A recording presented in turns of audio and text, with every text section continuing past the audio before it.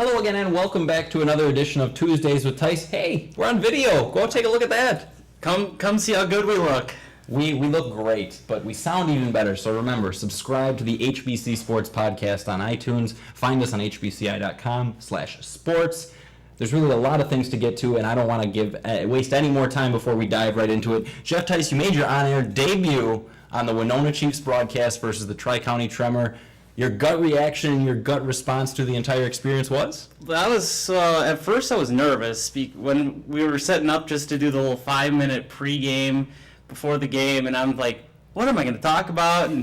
The biggest thing I learned from the whole thing is you need to be prepared and you have to do your prep, and I did some obviously, but Justin has this whole book of all these guys and what they've done and whatnot, and I just looked at the lineup like, hey, I know these kids went to Cotter, and I know a bunch about the guys just naturally, so I kind of just wrote it down and had it be my talking points, but just basically try and be prepared. And in terms of talking, like,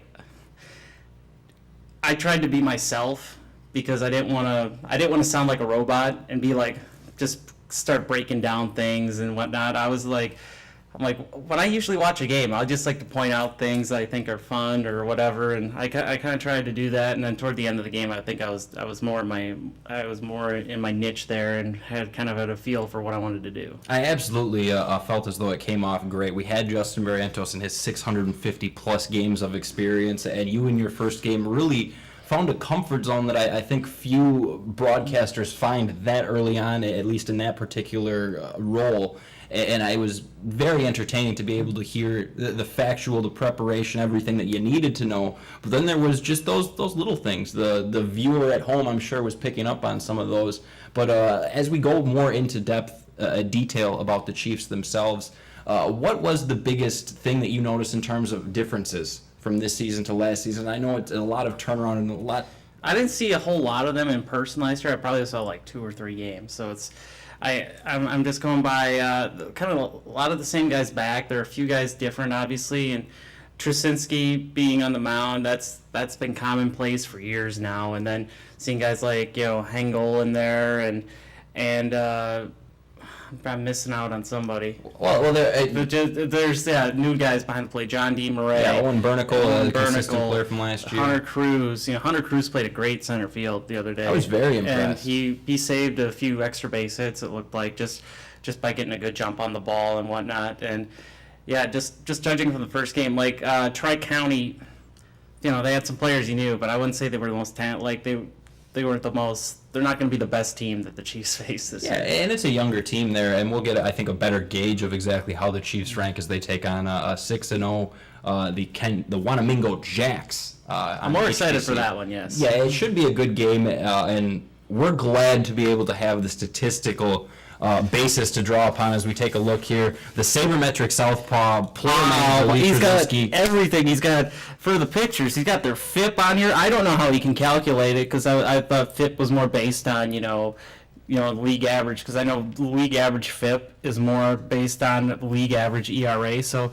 when the Chiefs have a 1.50 ERA and a 2.71 FIP, does he have all the other teams in there from the Twin Rivers League? I don't know. That's something we're going to have to ask Lee on site tomorrow. Yeah, I will. And then he's got weighted on base here, batting average on balls in play. That one was great. I love all of this, and it gives you kind of more, like right now it's, you can't really fully tell what these guys are doing because, they're only 2 games in. But once you get like 10, 15, 20 games in, then you can tell kind of like by these advanced numbers, like who's had a better season. You don't need to just look at, they're both batting 300, and then you see one guy's weighted on base is higher and one guy's BABIP is higher, and then you can tell like who's kind of playing better at what spot. My favorite concept and component of these Chiefs broadcasts is the fact that we've appealed to the baseball purists in the fact that this is the game itself, and it is just the pure sport of baseball. Maybe there's a little less power, whatever the case may be, but I like the fact that we're able to take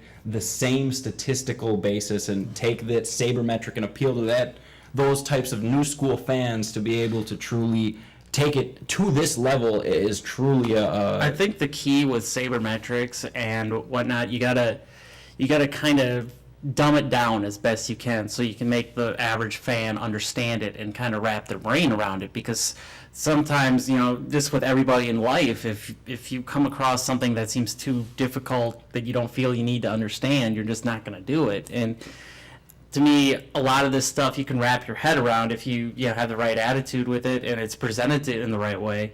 And so when I just come out talking about weighted on base, everybody's gonna be like, "What the heck is that?" Explain that for well, just a quick moment. I don't really know exactly. Like, Well, that's not helpful. Like, that's the thing. Well, I'm still trying to wrap my head around this stuff too. So, like, batting average on balls in play is easy. Like, if you put the ball in play and it's not over the fence, and you don't put it over the fence, what's your average?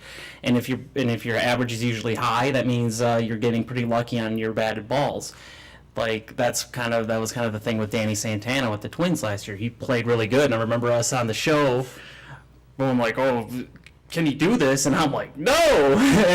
and maybe Justin or Landon or whoever else was sitting in was like, "He's been playing pretty well. I think this can continue." And I'm like, "Is BABIP like?" I didn't want to say it on the show because nobody would have understood it, but his BABIP was like 400, and That's not sustainable. no, it was one of the highest in the league. And now this year, his balls in play is like more toward the average, and now he's hitting like 230, and he can't draw a walk to save his life. So it's It truly, knowledge is power, especially when it comes to the game of baseball. And we're glad to have you aboard and the sabermetric perspective on the broadcast. We certainly got the sabermetric insight from Lee Trzynski and then Justin Barrientos to be able to bring it all together. Truly create some great broadcast. just judging by this, like weighted on base, it looks like it adds their kind of maybe add their slugging percentage into it too, like, because Jay Stensgaard here is a 500 on base, but his weighted on base is 580, and he's got a double in there, so I'm guessing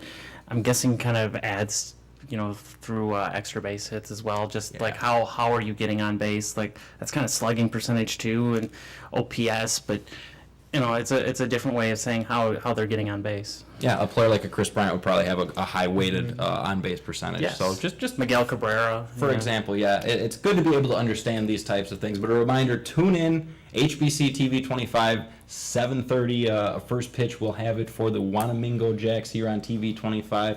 Don't miss it. The Chiefs' second game at Gabriel Park this season. Theis will be out there before the game, checking on the quilt, making sure all the details are. I'm guessing it's going to be bigger. I like last time it was more down, but it was still high. I'm guessing it's going to be a little higher this time around. They may have mowed it over the weekend, but it'll still be. It's going to present problems. It always does, and we hope that you tune in to take a look at our broadcast live from Gabriel Park. For local journalist Jeff Theis, I'm Ty Schwartzel. Thank you for checking out another edition of the Blowout Podcast. Stay classy.